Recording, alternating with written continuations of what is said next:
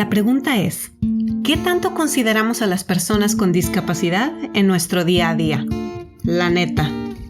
Digo, si tú eres una persona con discapacidad, del tipo que sea, pues igual y no sé 100%. Y si ocurre que alguien en tu familia tiene una discapacidad, pues la atención al tema claro que se dispara.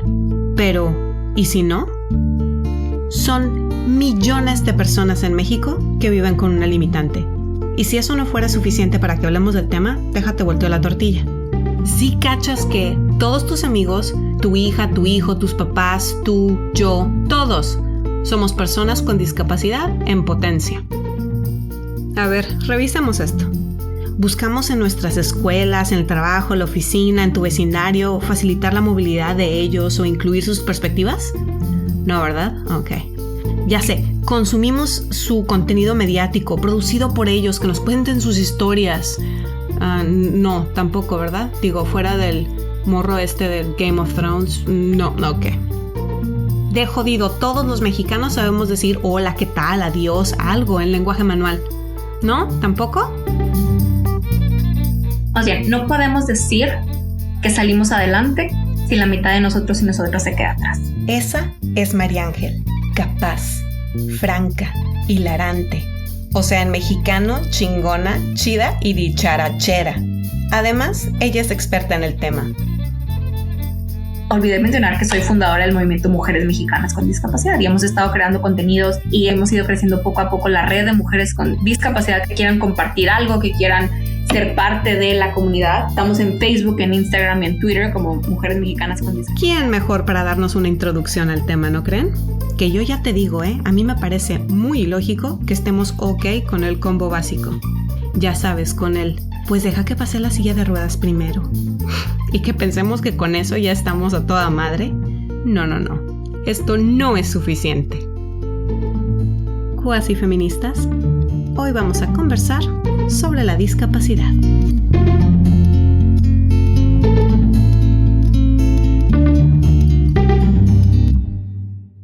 El auditorio, una vez que entre a tus redes sociales y vea tu trabajo, los que no te conocen se van a dar cuenta de que hoy por hoy eres una súper industriosa defensora de los derechos de las personas con discapacidad.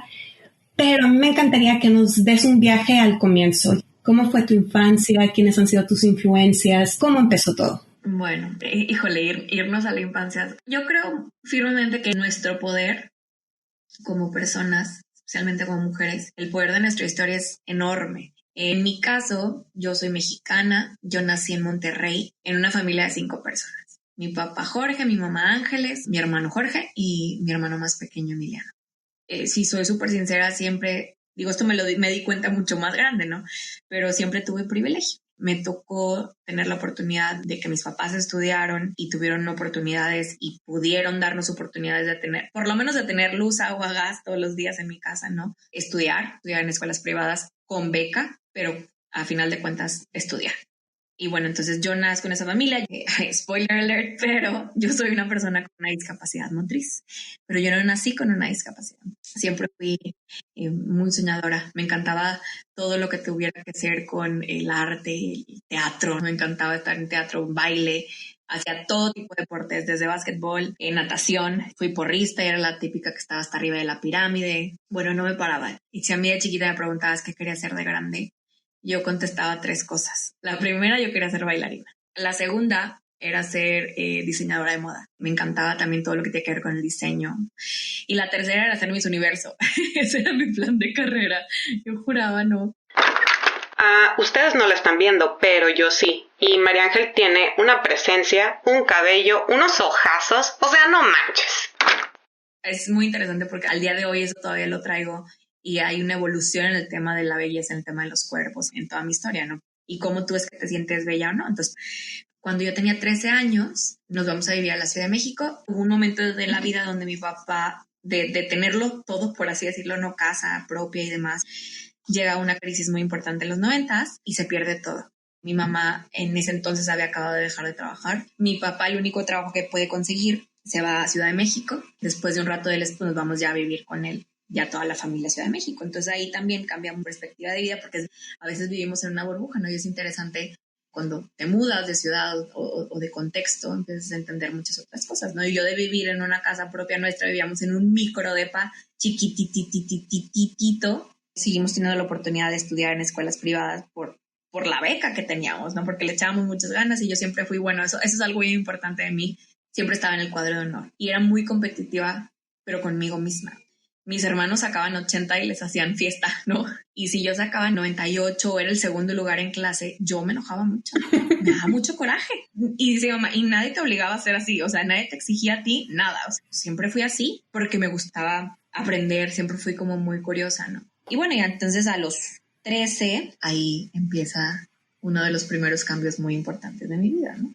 Uh-huh. Yo en ese entonces estaba en natación, en gimnasia, y bueno, era muy, muy atlética. Entonces un día de repente me empezó a doler la espalda baja y me empezó a doler mucho, pero muchísimo. Y yo, si yo me caía de chiquita y me pegaba y sangraba y no lloraba, o sea, era como muy, muy aguantadora, ¿no? Entonces un día me dolió mucho la espalda, un domingo. Mi mamá me acuerdo que la acompañé a una tienda de telas y me acuerdo perfecto que iba yo caminando entre los rollos de telas así y me encantaba ir tocando siempre todas las texturas, ¿no? Uy, me empezó a doler un chorro la espalda y yo, es que me duele.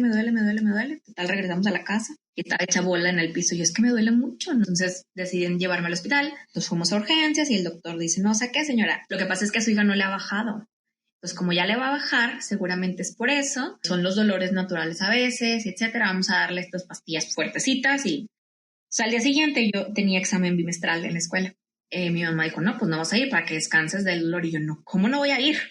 O sea, que tengo examen bimestral, eso no es posible. Y mi mamá, pues que te lo pongan después. Y yo, no, voy a ir y si me siento mal, pues te hablo. Pues como estaba toda empastillada, no sentía nada, ¿no? Yo, total, me fui a la escuela y mi mamá de que es que ¿por qué vas? Bueno, y justo ahí estaba en el salón y estaba presentando el examen y yo me sentaba hasta atrás. Y de repente, de la nada, de pronto me empezó a doler otra vez la espalda, pero como... Y de eso me empezó a doler la cabeza, pero me empezó a palpitar que yo sentía un dolor horrible. Y me empezó a dar mucho asco al mismo tiempo, todo al mismo tiempo. Se me quedó el dolor de la cabeza, el dolor de la espalda, asco y mareo. Entonces me salgo del salón. Uh-huh. Yo no tenía celular. Me salgo del salón, caminando así del salón en medio del examen, sin decirle a nadie, así me salí. Hacía todo el esfuerzo por caminar normal y me costaba mucho mover las piernas. Así tal cual, o sea, caminaba como zombie. Entonces yo veía así la oficina de la directora. No sé si a alguien le ha pasado alguna vez que siente que se va a morir. O sea, es una situación que creo que a mí es la única vez que me ha sucedido en la vida. O sea, que tienes un miedo de muerte. A lo mejor, no sé si eso le pasará a alguien que le apuntan con una pistola o que la asaltan. No sé, pero físicamente como que hay algo que sientes que te vas a morir. Bueno, yo sentía eso. Entonces ese fue como el único pensamiento que estaba en mi mente. Yo, me voy a morir. Y en eso veo a la directora al final y yo lo único que iba pensando era, necesito ir a decirle a la directora que le avise a mi mamá que me voy a morir. O sea, ese era como mi razonamiento, ¿no? Entonces, en eso, ya que veo a la directora, en ese momento voy caminando y ¡pum! Me caigo, deja de funcionar mis piernas y me caigo en ese momento, ¿no? Para mí ese momento obviamente fue como muy difícil, como que lo tengo muy borroso porque nunca me desmayé ni nada. O sea, solamente fue como que todo estaba así borroso, no sabía lo que estaba pasando, total. Uh-huh. Le hablan a mis papás, llegan por mí y me llevan al hospital. Y entonces ya cuando llego a la cama ya del hospital, ya con el doctor ahí, me dice el doctor, me acuerdo perfecto, me dice, siéntate aquí en la cama y yo no puedo. Me dice, ¿cómo que no puedes? Párate y empújate. Y yo, o sea, no es que no pueda de que mis valores no me lo permitan, o sea, no, físicamente no puedo, no puedo hacer el esfuerzo, me duele mucho y no tengo fuerza. Entonces, total, ya me sienta y me toca la pierna, ¿no? Y me dice el doctor, sientes aquí la pierna y yo, ¡ah! No. Y luego me toca el arco del pie, que sientes aquí y yo de que, no. ¿Qué pedo? No me he dado cuenta que no sentía. Y el doctor de que, a ver, tipo mueve el pie, se movía de que casi nada. Entonces veo que el doctor voltea a ver a mi mamá medio con cara de pánico y dice, ¿sabe qué, señora? Esto ya no me concierne a mí, nos urge hablar a un neuro. En este momento se interna y se hacen estudios instantáneos, ya, todo rápido, no me internan ni qué está pasando. Y, o sea, como que vi como que caras de que qué está sucediendo, ¿no? Para no hacer el cuento ahí más largo, resulta que lo que yo tenía era una malformación arteriovenosa alrededor de la médula espinal. Es un síndrome que se llama Fox-Aloyanin, que es un síndrome súper extraño. Las malformaciones arteriovenosas normalmente se pueden formar en el cerebro, en las arterias o las venas que están alrededor, bajando el cerebro, o en la columna, o sea, alrededor de la médula espinal. Entonces, este síndrome que yo tenía es un síndrome que le sucede mayormente de hombres de 35 años para arriba. 0.01% de la población, y así tal cual como me dio a mí, del tamaño que me dio a mí, pues era muy raro. No es genético, o sea que mis papás no lo tienen, y si algún día yo tengo hijos, probablemente no lo van a tener. Simplemente pues es congénito, o sea que no saben si yo nací con él o no saben si después se me fue formando. El punto es que las venas y las arterias se hicieron como unos chorizos gigantes en mi espalda. Entonces lo que sucede es que el impulso sanguíneo no puede pasar, y muchas veces también entre los nervios se hacen como unos, lo estoy explicando muy coloquial, pero se hacen como unos nudos, entonces el impulso eléctrico tampoco pasa. Básicamente cuenta como si fuera una lesión de la médula espinal. Y la médula espinal, las células de la médula espinal al día de hoy, si se cortan o si se lastiman, no se pueden regenerar hasta el día de hoy, en el 2021, ¿verdad? Entonces, a partir de ahí, nadie sabía qué hacer con lo que yo tenía porque era enorme, era un desmadre en mi espalda. Pues mi neurocirujano fue grande, ¿no? Investigó cómo se tenía que hacer, nunca lo había hecho él tampoco, era de los mejores que había en Ciudad de México en ese entonces, y bueno, trajeron un aparato de España y mil cosas, total, me operaron. Y lo que sucedió es que me resecaron esa parte, volvieron a conectar y bueno, mucha gente a veces muere o le da una embolia o cosas así por ese tipo de malformaciones. O sea, me pude haber muerto, pero pues lo que sucedió conmigo es que explotó en ese momento el impulso sanguíneo, y tanto el impulso que explotó, y eso fue lo que hizo que me doliera tanto adentro de la espalda. Entonces, a partir de ahí, pues yo estoy casi 2 meses en el hospital sin moverme. Lo que resulta de ahí es que yo salgo convirtiéndome en una persona con una discapacidad motriz. Yo no sentía ni movía nada de la cintura para abajo. Tenía 13, ese año cumplía 14.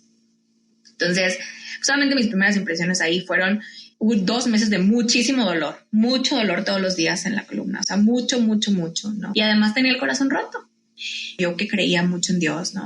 Yo decía, o sea, si nunca fui como niña mala o fui mala con la gente o le eché muchas ganas para ser buena persona, ¿por qué me pasa esto que yo veía como muy negativo? ¿Sabes? Esto es algo malo, a mí me están quitando algo, ¿no? Y esto es un luto para mí. Un cambio de vida increíble en mí, pero también en mi familia. Yo vivía en ese entonces en un penthouse y pues todo era en escaleras. O sea, subíamos en el elevador, pero todo era en escaleras. ¿Cómo yo me iba a mover?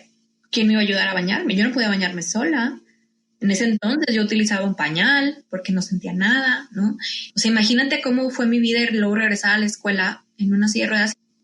Todos los salones estaban en un primer piso, no había salones abajo. Los intendentes me tenían que subir y bajar todos los días. Me tocó vivir en Ciudad de México y cuando eran los temblores me tenía que quedar arriba. O sea, ya si se me cae el edificio encima, pues ni modo, ¿no? O sea, no existía como esa cultura alrededor de que, oye, pueden haber estudiantes distintos, ¿no? Que tengan una diversidad funcional muy diferente. Ese proceso para mí fue difícil, ¿no? En el tema de decir, puta, o sea, lo perdí. O sea, tenía esto y lo perdí. Y la discapacidad es algo malo, porque lo que yo veo en la tele es malo. Lo que se absorbe del tema es malo. Entonces, esto que me está pasando a mí es algo malo. Uh-huh. Tener una discapacidad es algo malo. Tener este cuerpo que yo tengo así de dañado es algo malo. ¿Me siento orgullosa de ser una sobreviviente? Sí. Entonces, ¿cuál va a ser mi vida, no? Y así empezó como de los momentos que ha marcado mi vida muy importante, y estaba muy chiquita. Después, mi segundo momento que marca mi vida muy fuerte es que cuando yo cumplo 15 años, ya nos regresamos a vivir a Monterrey, también por el trabajo de mi papá, y me toca ir a uno de mis primeros 15 años. Y también los 15 años de Monterrey son bien diferentes. Lo que quiere decir es que son producciones extremas en grado microbodas. Parafernalia religiosa, chambelanes, iluminación, sonido, coreografías, video, humo, suspenso. Quien ha montado un 15 años en Monterrey se puede gestionar las Olimpiadas. Y digo, yo sé obviamente que por región es similar, ¿no? Hay algunos que son más sencillos. Bueno, acá echan la casa por la ventana, ¿no? Y yo no estaba acostumbrada como esto, ¿no? Pero entonces obviamente me emocionaba mucho ir, porque al final de cuentas era un baile y bailabas con tus compañeros y tus amigas y etcétera, ¿no? Entonces pues yo tenía 1 mes de estar en esta nueva escuela y voy a esos 15 años y yo en silla de ruedas ya, ¿no? Ya mi papá por mí cierra la puerta y nomás cierra la puerta y empiezo llore y mi papá, ¿qué pasó? ¿Qué tienes? ¿Te hicieron algo? ¿Te lastimaron? Y yo, no, es que no te puedo contar a ti, le tengo que contar a mi mamá hasta que llegue a la casa. Y mi papá, ¿qué pasó? O sea, algo femenino, o sea, ¿qué hay que no me puedes decir? Y yo, no puedo, así de que, pero alguien te lastimó, te hicieron algo. Y mi papá está histérico porque él juraba que me habían hecho algo malo, ¿no? Y ya total, me encierro en el cuarto con mi mamá, ¿no? Y mi mamá, a ver, ¿por qué lloras? Y este es el momento número 2 que cambió mi vida, ¿no? Y yo, pues es que yo lloro porque me gusta un niño. Y mi mamá me dice, ¿por eso estás llorando? Así. Y yo, ¿por qué me va a hacer caso a mí si sí le puede hacer caso a una niña que sí puede bailar? La verdad es que yo no soy mamá, ¿ok? Yo no sé lo que se debe sentir que alguien que ames tanto, tanto, tanto, esté pasando por una situación tan dura, tan difícil y que tú no puedas hacer nada para cambiarlo. Al final es lo que es y ya, ¿no? Y yo me imagino que cualquier mamá en el mundo, en una situación así, bueno, no es cierto, no cualquier mamá, porque hay mamás que no son buenas, pero hay mamás que sí son buenas, ¿no? Y hay de todo en este mundo, pero yo me imagino que alguna mamá podría decirle a su hija, ¿sabes qué? No, mijita, tú estás bien bonita, tú vas a salir adelante, échale ganas, vas a ver que la vida, y un speech motivacional muy precioso, ¿no? Pues no, mi mamá no me dijo eso. Mi mamá me dijo, es la última vez que escucho que dices semejante pendejada. La última vez que escucho que dices semejante pendejada. Dice, yo a ti te puedo decir que eres la mujer más hermosa del mundo.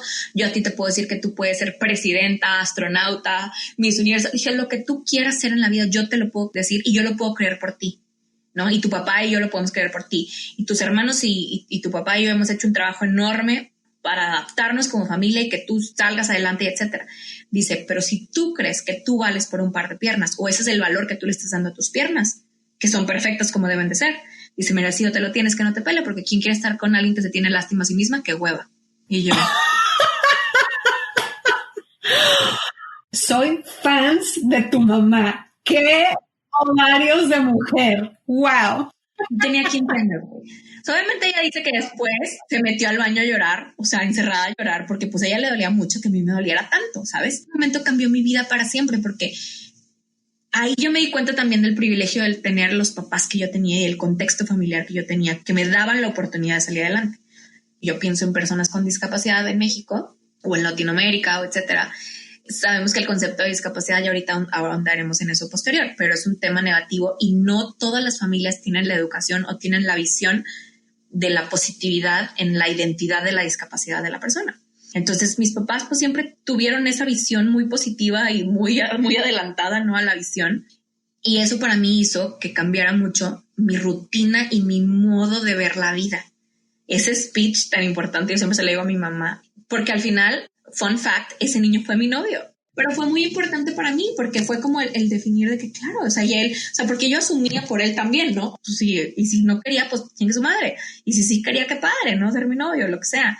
Entonces, para mí fue muy importante y eso fue lo que yo empecé a tener una visión muy diferente, una perspectiva muy diferente de quién era yo y qué era la discapacidad. Entonces yo a partir de ahí me empecé a cuestionar muchas cosas. Me empecé a cuestionar por qué la vida de una persona con discapacidad tenía que ser tan difícil y por qué el sistema no funcionaba para todos y por qué solamente a mí me tocaba, ¿no? Pasa el tiempo y ya me toca decidir que voy a estudiar con unos novios en el Inter, por supuesto, y acabando la prepa, pues yo decía, pues si no puedo ser Miss Universo y no puedo ser bailarina, que en ese momento sí lo pude haber sido, ¿verdad? Pero pues no tuve esa visión y yo pues voy a ser diseñadora. Y oficialmente mi título de licenciatura está en diseño y producción de moda y arte. Y un año antes de acabar la carrera pasa algún momento número 3 muy mágico en mi vida.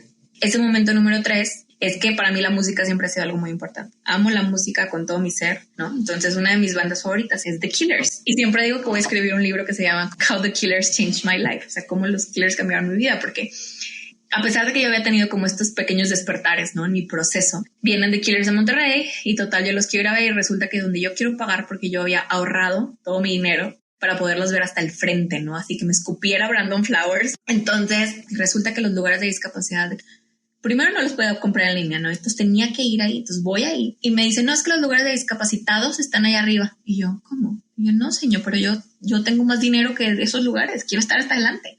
No, pues es que esos son los que hay así está construido aquí el lugar. Y yo, ¿cómo? O sea, me estás diciendo que si yo tuviera menos dinero que ese, porque tengo muy poquito dinero, tampoco podría ir, porque ese es el lugar que tú me das. Sí, pero le damos 2 por 1. Y yo, ¿a mí qué me importa el 2 por 1? No estás entendiendo el contexto, ¿no? Entonces dije, no puede ser.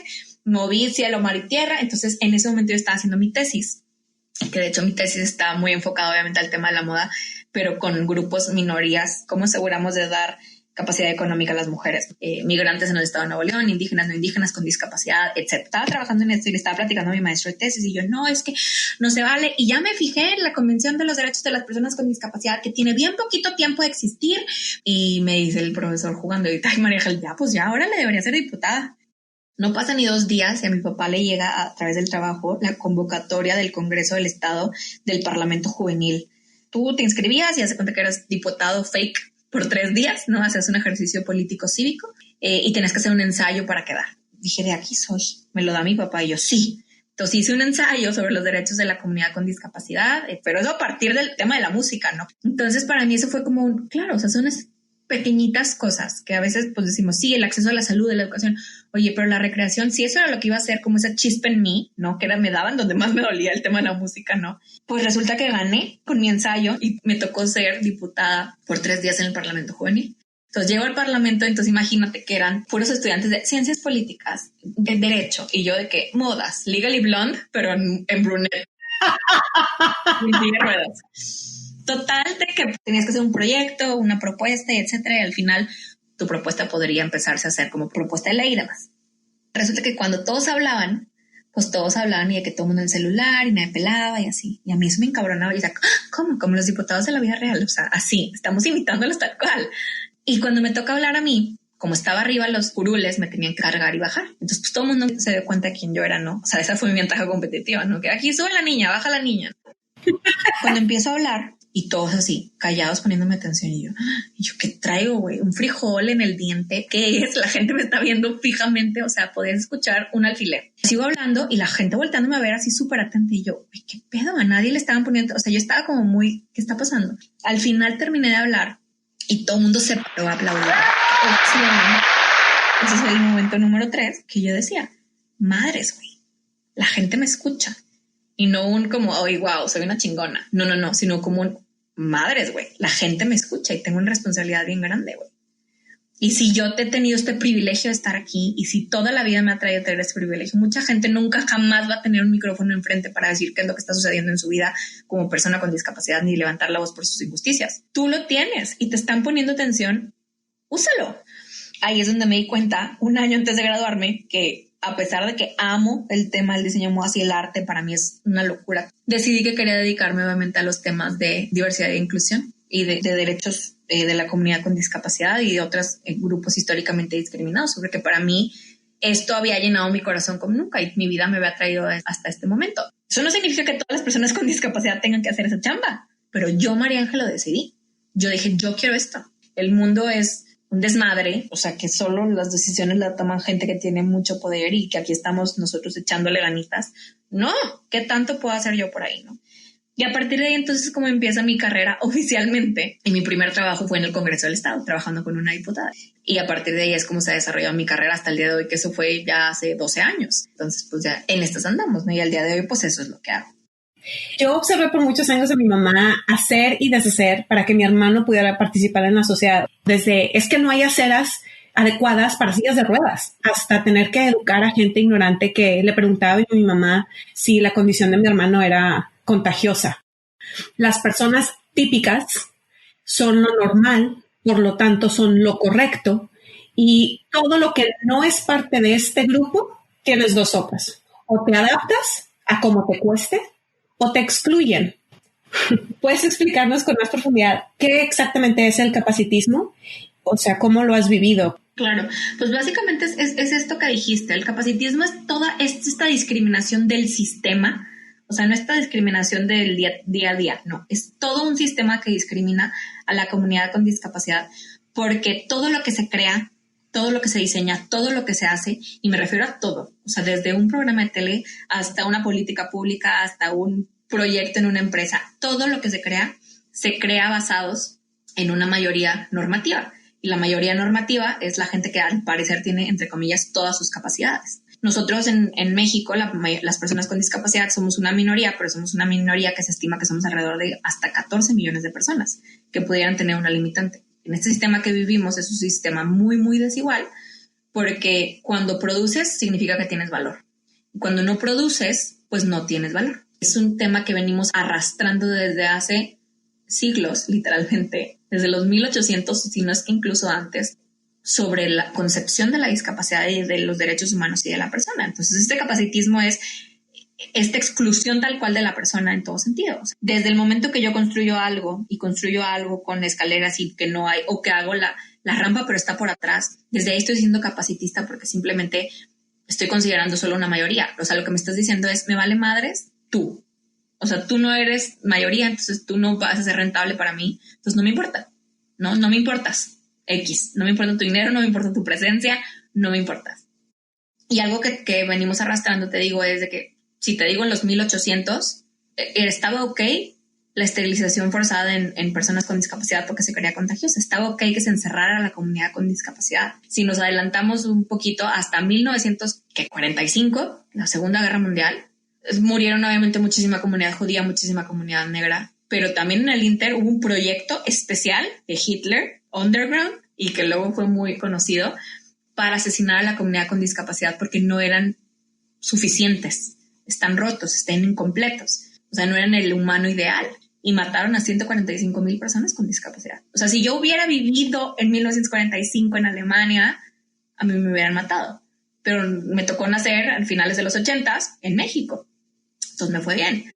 O sea, la Declaración de los Derechos Humanos fue hasta me parece que son 2 años después, obviamente, de la Segunda Guerra Mundial, por todo esto que sucedió, apenas. La Declaración de los Derechos Humanos de la ONU se firmó el 10 de diciembre de 1948 con la resolución 217A, inciso 3. Internacionalistas represent. La Convención de los Derechos de las Personas con Discapacidad fue hasta el 2000 y tantos. 2006, México ratificó el 2007. Y luego, obviamente, pues, la ley para las personas con discapacidad por ahí de 2011.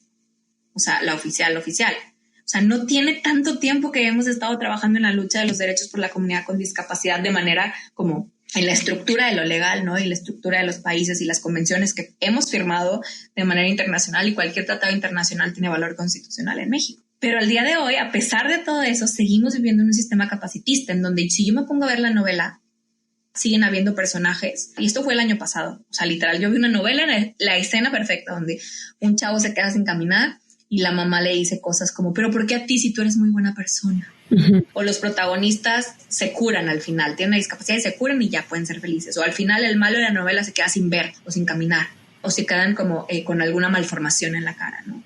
Sí, como si hubieran recibido su merecido. Ándale, como si la discapacidad fuera una maldición, ¿no? Exacto. Ok, pero ¿y la gente que ya la tenemos? ¿Qué me estás tratando de decir?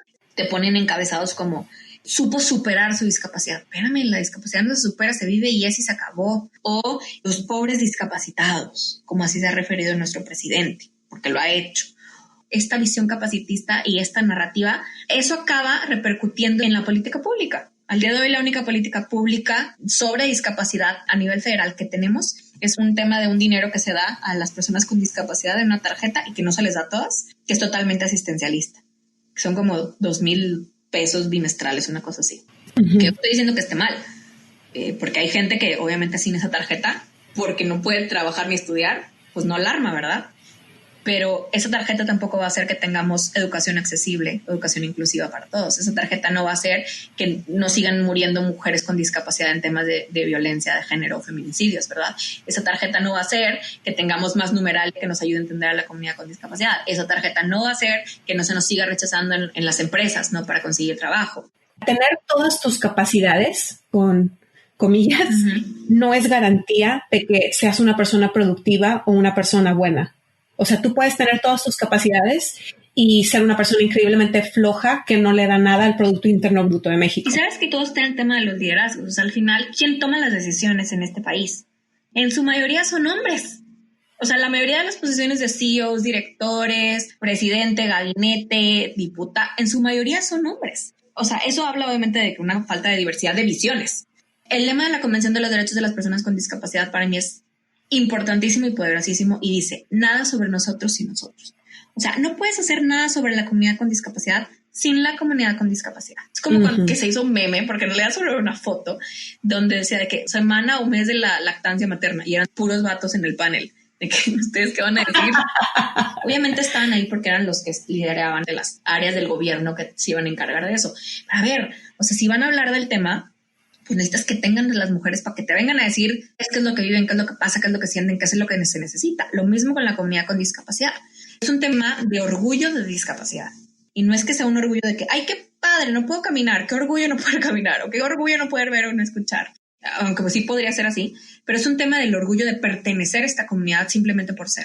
O sea, porque hemos vivido situaciones muy similares ya de rechazo y discriminación. Entonces, pues hay un orgullo en pertenecer a la comunidad con discapacidad. E incluso cuando alguien toma la palabra por nosotros, toma plataformas que son de nosotras, además de discriminación, yo incluso lo vería como un tema de apropiación cultural. O sea, esto es algo que nosotros hemos creado para nosotros mismos, porque hemos sido nosotros quienes nos hemos adaptado al sistema. O sea, porque yo todos los días tengo que ver, si yo voy a salir, yo, María Ángel, que tengo una discapacidad motriz, tengo que asegurarme que el lugar donde voy es accesible físicamente. ¿Dónde me voy a bajar? ¿Hay estacionamiento o no hay estacionamiento accesible? ¿Tiene escaleras o no tiene escaleras? ¿Hay elevador o no hay elevador? ¿Cómo lo podemos hacer? Y todos los días tú te tienes que adaptar a ese sistema y ver los cómo. Al día de hoy, si no existe representación y si no existe la comunidad con discapacidad que esté en la toma de decisiones, cualquier proyecto que se haga alrededor de la discapacidad no va a funcionar, porque no vas a saber exactamente lo que quiere la comunidad con discapacidad. Y por eso es importante estar ahí para tomar decisiones, y no solo tomar decisiones sobre discapacidad. Las personas con discapacidad pueden tener visión muy específica para cualquier tema, desde los temas de la economía del país hasta los temas de, no sé, la agricultura, hasta el tema que tú quieras. O sea, no tiene que haber a fuerza un nicho de que hablemos de discapacidad, solo las personas con discapacidad aquí y ya. Más bien, ¿cómo nos aseguramos que la perspectiva de discapacidad esté transversal en todo lo que hablamos, en todo lo que hacemos, en todo lo que creamos? Sin esa representación, van a seguir contando las historias por nosotros en las telenovelas, con esas historias lastimosas, terribles. Ojo, no estoy diciendo que todas las historias de personas con discapacidad tengan que ser súper positivas. Pues no, yo también les conté la mía. Y cada quien tiene su proceso. Te pongo un ejemplo. Es bien interesante la comunidad sorda. Yo les admiro porque mucha gente dice que puede ser una comunidad muy cerrada. Pero pues yo también entiendo que el mundo se les ha cerrado en el tema de comunicación y ellos han sido como muy cercanos entre ellos. Incluso pueden haber perspectivas diferentes por la diversidad que tenemos sobre la sordera. Hay gente que se siente muy orgullosa de ser sordo y que no considera la sordera como una discapacidad, sino como un tema cultural. O sea, porque es una diversidad de cómo nos comunicamos. Al final, quienes tenemos una discapacidad tenemos una limitante, pero también si lo pensamos de una forma, tenemos una diversidad de cómo pensamos, cómo experimentamos o vemos el mundo, las personas con autismo o con algún tipo de discapacidad cognitiva, a lo mejor, o psicosocial. Cómo navegamos el mundo, las personas que tenemos algún tipo de discapacidad motriz, parálisis cerebral, etcétera, etcétera. ¿No? En lo sexual, incluso en la menstruación, en el trabajo, en la familia, o sea, es un tema de diversidad. Y yo digo que hoy hablamos de diversidad como hablamos al día de hoy, pero yo siempre pongo el ejemplo de que, ¿qué pasaría si mañana llegan los aliens? Y resulta que los aliens son mayoría, 3 veces más que nosotros. Y resulta que los aliens todo lo mueven a través de la mente, no tienen que tocar nada. ¿Quién tendría la discapacidad ahí entonces si conviviéramos todos juntos? ¿Quién tiene la limitante de no poder mover las cosas con la mente? Pues los humanos, ¿verdad? Entonces ya hablaríamos de diversidad de otra manera. O sea, ya veríamos las cosas como chis. O sea, no es que tengan la limitante per se, es que lo hacen diferente. Y justo yo platicaba en los temas con otras personas con discapacidad y en mi camino he encontrado tantas mujeres con discapacidad y hombres. Muy interesante, ¿no? Y son mis amigos y que hemos hecho grandes comunidades, que es un orgullo pertenecer. Pero yo les decía, o sea, en los temas de amor propio en la comunidad con discapacidad, sí de por sí, sin tener una discapacidad, ¿no? El tema del amor propio es difícil, ¿no? Imagínate que todos los días de tu vida, el mundo a la persona con discapacidad le dice que no es suficiente, que tu cuerpo no es suficiente, que tú eres un ser roto o incompleto. Entonces, amarte a ti mismo en un mundo que todos los días te dice eso, el amarte a ti mismo es una revolución por sí misma. O sea, porque al final estás retando el status quo y estás retando, obviamente, al capacitismo. Y eso a mí me parece muy poderoso. Y mucha gente con discapacidad y las familias de las personas con discapacidad y especialmente las personas con discapacidad que no necesariamente pueden ser independientes, que necesitan tema de cuidados, que la mayoría son mujeres, ¿no? Quien cuida a la persona con discapacidad o quien da el apoyo, pasan por estos procesos también. No es solo la propia persona con discapacidad. Entonces es bien importante cómo retamos al capacitismo a través de la representación, cómo retamos al capacitismo a través de la transformación de las narrativas de discapacidad, que obviamente esas narrativas tienen que venir de la propia persona con discapacidad. Yo tengo amigas que viven con discapacidad en Estados Unidos, son líderes en los temas. Y hay una conversación bien interesante sobre la terminología de discapacidad. Aquí el término en español, según la convención, es persona con discapacidad. Motriz, auditiva, visual, etc. Minusválido, capacidad especial, capacidad diferente. No, minusválido es que vales menos, inválido es que no vales. Capacidad diferente o especial se crearon para que no se sintiera tan duro el golpe, ¿no? Porque como discapacidad es algo malo, entre comillas. Entonces, ¿cómo les llamamos para que no se escuche tan pinche? No define la discapacidad. Y así lo hemos manejado aquí, pero en Estados Unidos, en inglés, se ha como normalizado mucho el tema de decirles disabled o discapacitados. Y hay una narrativa ya que desde la propia persona con discapacidad te dice, pero ¿por qué tengo que decir que soy persona primero? O sea, decir que soy disabled es que pertenezco a esta cultura de la discapacidad en comunidad y es parte de mi identidad. Y me parece bien interesante. Claro. Aquí en Australia existen pautas más o menos claras que se actualizan constantemente sobre el vocabulario correcto. Y hace poco leí sobre la tendencia a tratar de ya no usar palabras descriptivas acuñadas por la comunidad con discapacidad dentro de contextos estrictamente negativos. Y déjame explico, te doy un ejemplo. El ejemplo que daban ellos era: el primer ministro fue ciego al clamor del pueblo. Y la comunidad decía, es que ¿por qué utilizar ciego? Di, el primer ministro no vio, ignoró.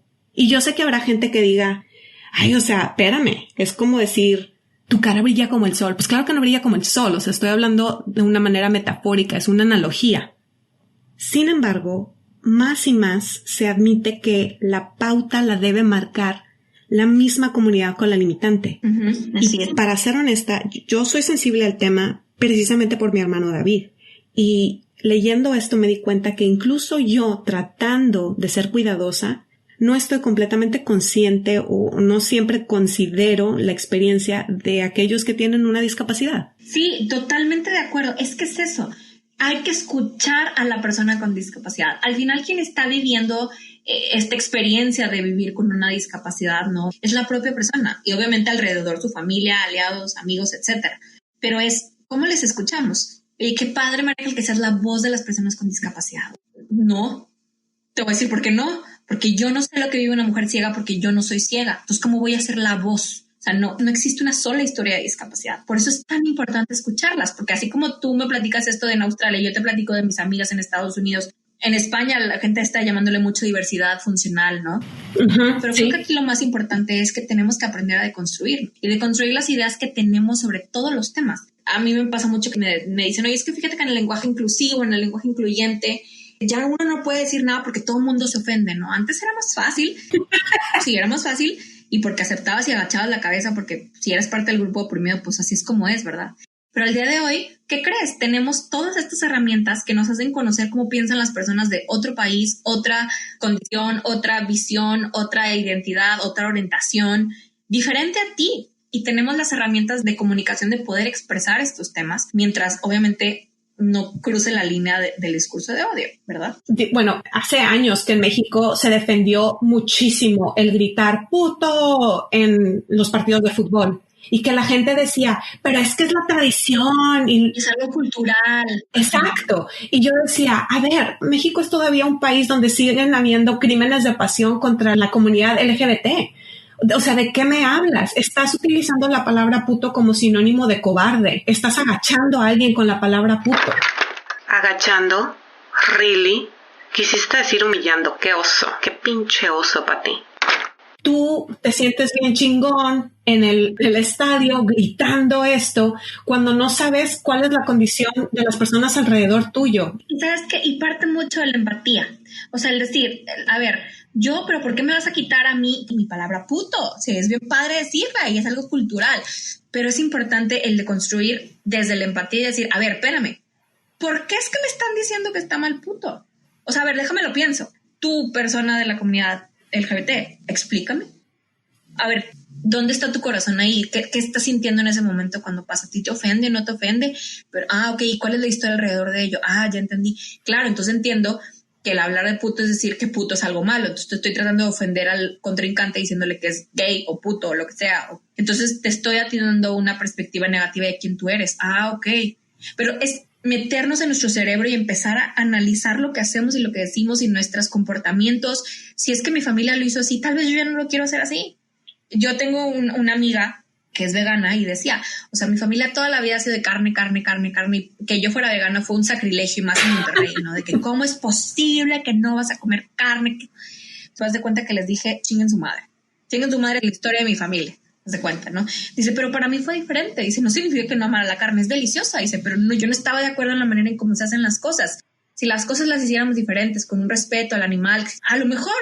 Dice, pero para mí esto es importante. Dice, y fue un proceso bien difícil que mis padres entendieran por qué era importante para mí. Cuando hablamos de la empatía es entender de dónde viene la otra persona, cuáles son sus dolencias. Yo vuelvo entonces a los grupos históricamente discriminados a partir de ahí. pero todas las personas tenemos dolencias, todas las personas estamos pasando por batallas internas y yo creo que la cosa que nos intersecta a todo el mundo es que todas las personas buscamos pertenecer. El tratar de entender es como parte de esa empatía, pero decir, ¿por qué?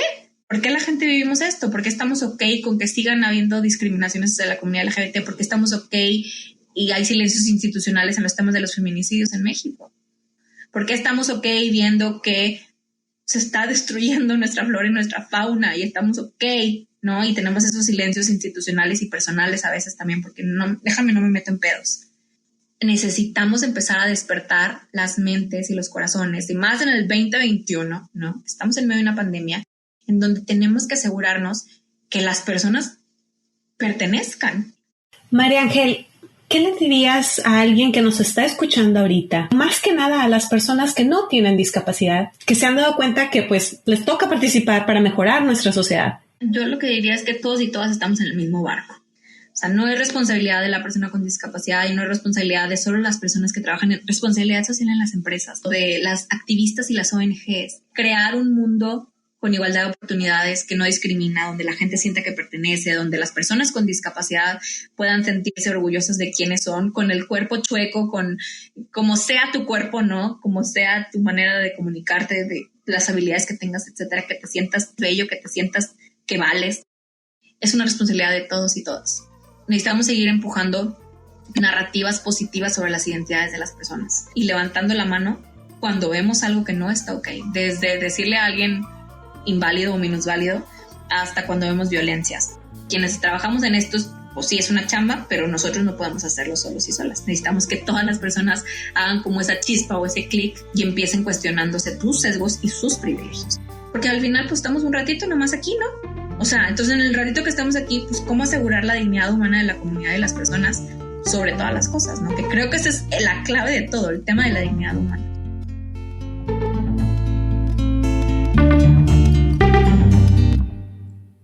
Ahí lo tienen, raza. Sí, la situación está aún infumable, pero evidentemente no tenemos que quedarnos con el combo básico. La próxima vez que veas una oportunidad para corregir nuestra gula por la discriminación, ¿qué es lo que vas a hacer? Las coordenadas de María Ángel, el script del episodio, ideas, videos, documentales y demás recursos chidos en la descripción. No solo te conviene aportar y volverte anticapacitista. Es lo humano, es lo decente y, francamente, ¿quién no quiere vivir en un mundo donde todos podamos decir ¡qué pedo! En lenguaje manual?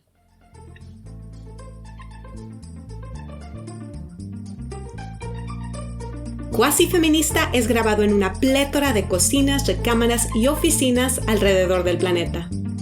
Música original, Flor de María. Edición, Patti, la tocaya Macías. Fact-checking y algarabía, Chari Pari. Asesoría y apoyo moral, el Ministerio de Mujeronas y el Consejo Testicular. Soy Patricia Morales Cid de León.